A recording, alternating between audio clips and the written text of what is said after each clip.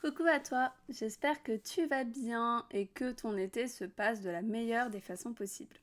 On se retrouve cette semaine pour parler des années de profection. Alors comme ça, c'est un nom un peu barbare, mais en fait, t'inquiète pas, tu vas voir, c'est super facile.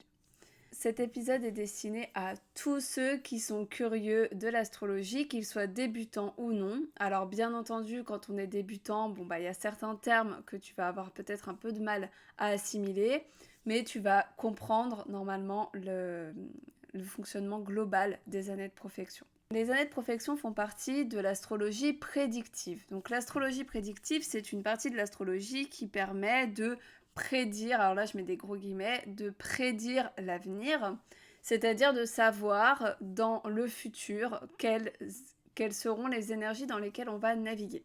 Grâce aux années de profection, on va savoir pour chaque âge de notre vie quel va être le focus, sur quoi on va devoir se concentrer un maximum et surtout quels événements pourraient ou pas d'ailleurs avoir lieu.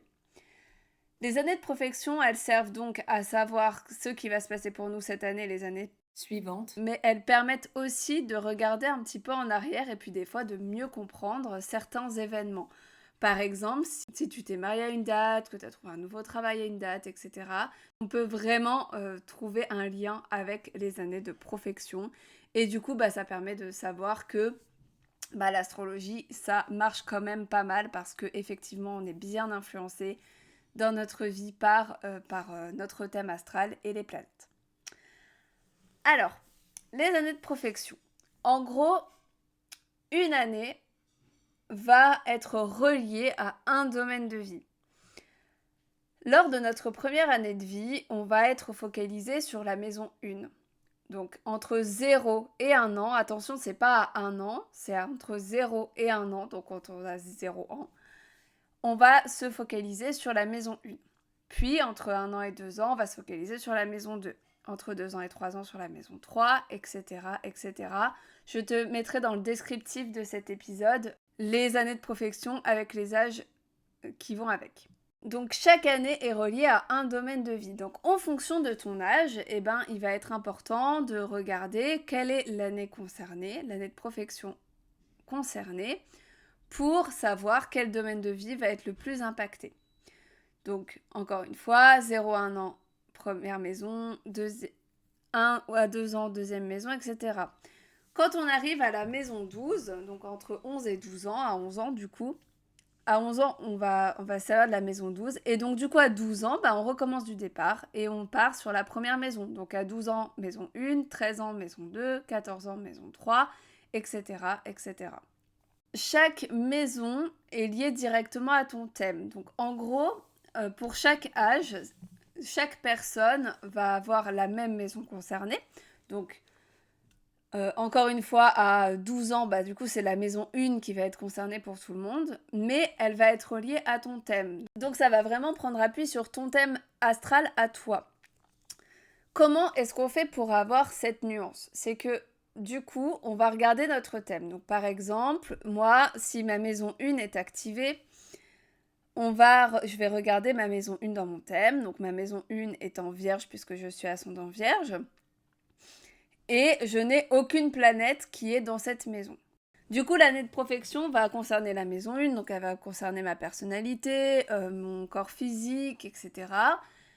Mais elle va concerner aussi d'autres secteurs, les secteurs qui vont être concernés par Mercure, puisque Mercure est mon maître d'ascendant. Mercure dans mon thème, il est dans la maison 12, donc ça veut dire que la maison 12 risque d'être activée, et il est maître aussi de ma maison 10, puisque Mercure est maître aussi des Gémeaux, et ma maison 10 est en Gémeaux. Donc, lors de mon année de profection 1, qui est l'année où ma maison 1 est activée, j'active à la fois ma maison 1, ma maison 12 et ma maison 10. Donc ça veut dire que ces 3 maisons, ces 3 domaines de vie vont être activés par cette année-là, et donc je peux avoir des événements qui vont avoir lieu dans ces domaines de vie-là.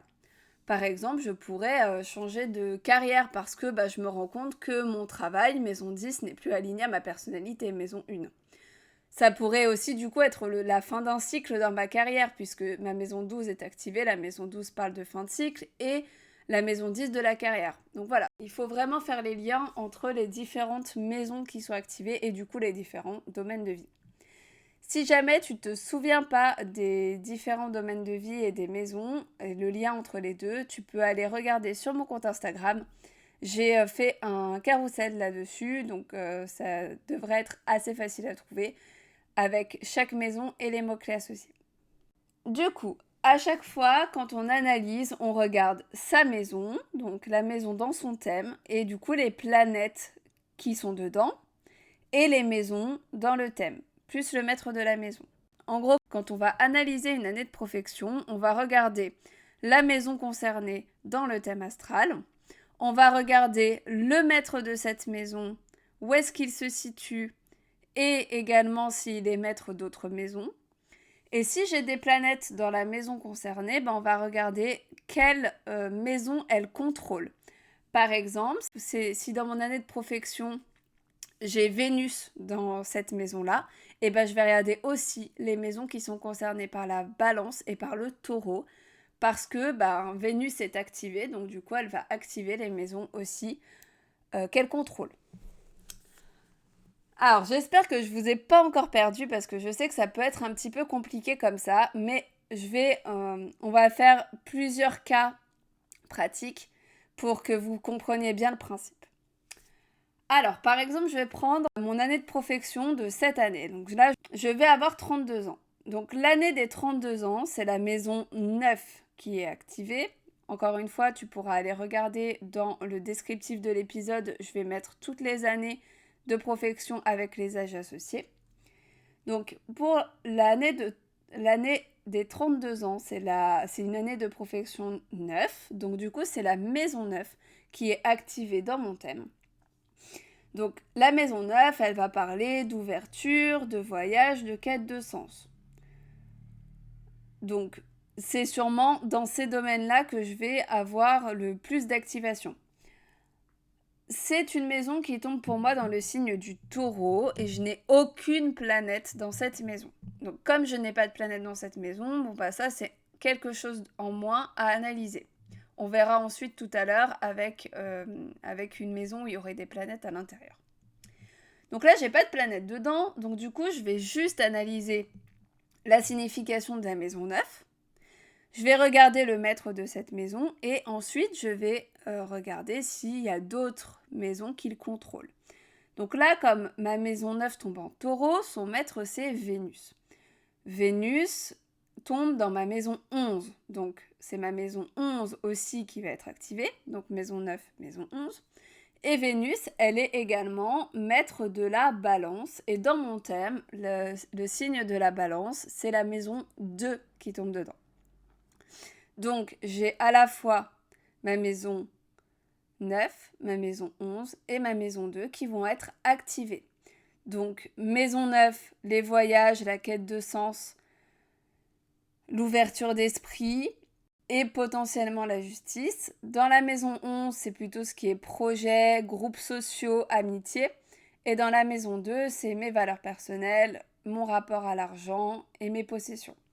Donc après, on peut faire un mix un petit peu de tout ça pour voir qu'est-ce qui pourrait potentiellement se passer. Alors moi, je sais que cette année, je vais sûrement déménager. Du coup, c'est quelque chose qui va me coûter pas mal d'argent, maison 2 activée et maison 9 activée parce que je vais bouger quand même loin de ma résidence actuelle. Donc ça, c'est un voyage plutôt lointain. Maison 11 activée, pourquoi ? Parce que je vais sûrement devoir quitter mes amis et me créer de nouvelles amitiés et du coup rentrer dans de nouveaux groupes sociaux. Donc la maison 11 est activée. Bon là ça marche bien parce que je sais à peu près ce qui va se passer, donc je peux un peu deviner, mais bon, grâce aux années de profection, on peut quand même faire des petites prédictions sur ce qui pourrait potentiellement se passer.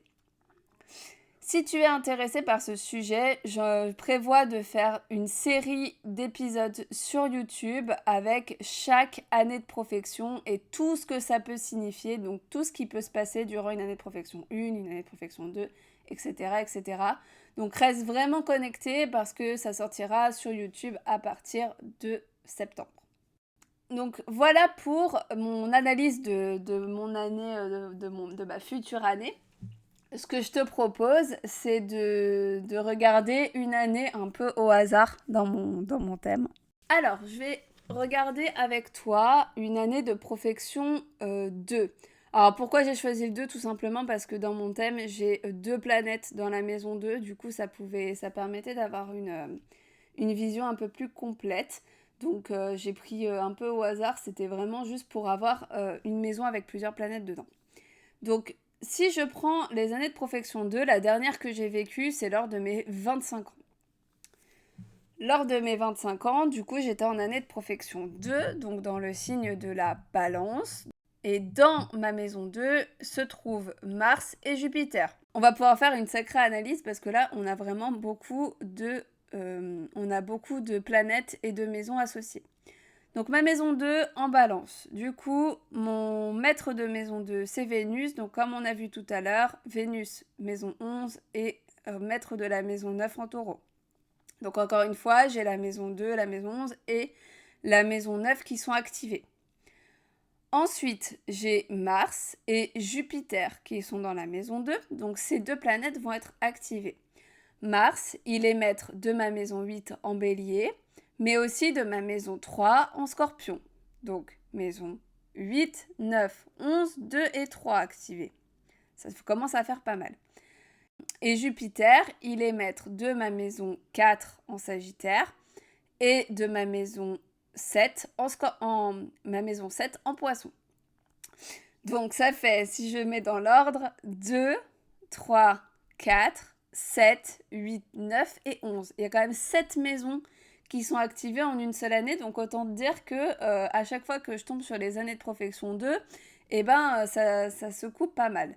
Et effectivement, l'année de mes 25 ans, eh ben, si je réfléchis à quand c'était donc en 2018, vu que je suis de 93, et donc en 2018, bah effectivement, c'était une année plutôt chargée puisque c'est l'année où où j'ai acheté un appartement avec mon ex-copain.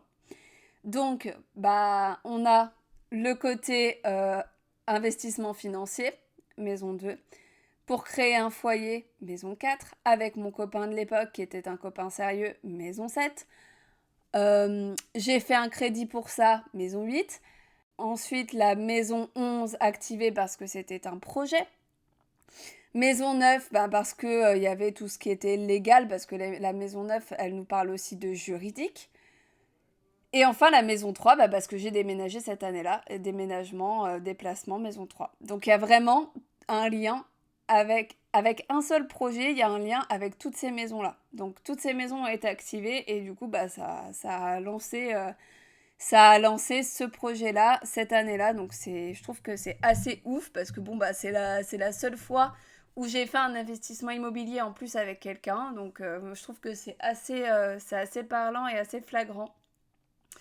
Et si on réfléchit à bah, l'année où j'ai revendu, alors l'année où j'ai revendu, c'était en 2020. C'était pendant le Covid, enfin juste avant le Covid qu'on a vendu. Alors, oui, on a signé en 2020 pour revendre. Donc on a revendu en 2020, ce qui me donne une année de profection 4. Et ben encore une fois, année de profection 4, maison 4 qui est activée. Maison 4, le foyer. Donc chamboulement au niveau du foyer, changement de foyer, etc. Ma maison 4 en Sagittaire, son maître c'est Jupiter. Maison 2 activée, des investissements qui se terminent.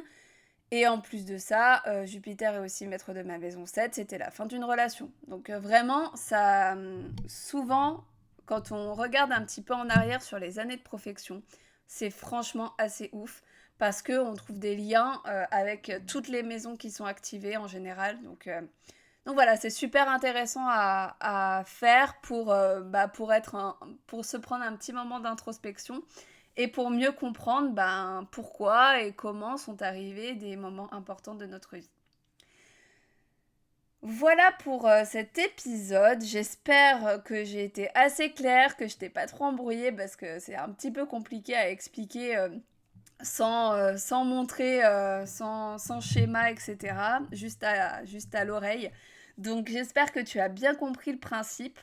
Je te retrouve sur YouTube si ça t'a intéressé pour avoir un petit résumé de chaque année de profession et savoir qu'est-ce qui peut t'arriver potentiellement dans chaque année de profession. Si jamais tu as envie d'avoir une analyse un peu plus complète de ce qui peut se passer pour toi durant ton année, je te rappelle que ma prestation thème anniversaire est toujours disponible. Donc c'est une prestation que tu peux faire aux alentours de ton anniversaire et qui comprend une révolution solaire, donc une analyse de ton thème le jour de ton anniversaire, une analyse des transits sur l'année à venir et du coup je regarde aussi l'année de profection pour compléter un petit peu tout ça. Donc si jamais ça t'intéresse, n'hésite pas à réserver via le lien qui se trouve dans la description. Je te retrouve bientôt pour un nouvel épisode. D'ici là, porte-toi bien et à bientôt. J'espère que tu as trouvé cet épisode intéressant et inspirant. Si c'est le cas, je t'invite à t'abonner pour ne pas rater les prochains épisodes et à me faire un retour en laissant 5 étoiles ou un commentaire. Je te retrouve la semaine prochaine pour une nouvelle chronique du Zodiaque. Prends soin de toi et à bientôt.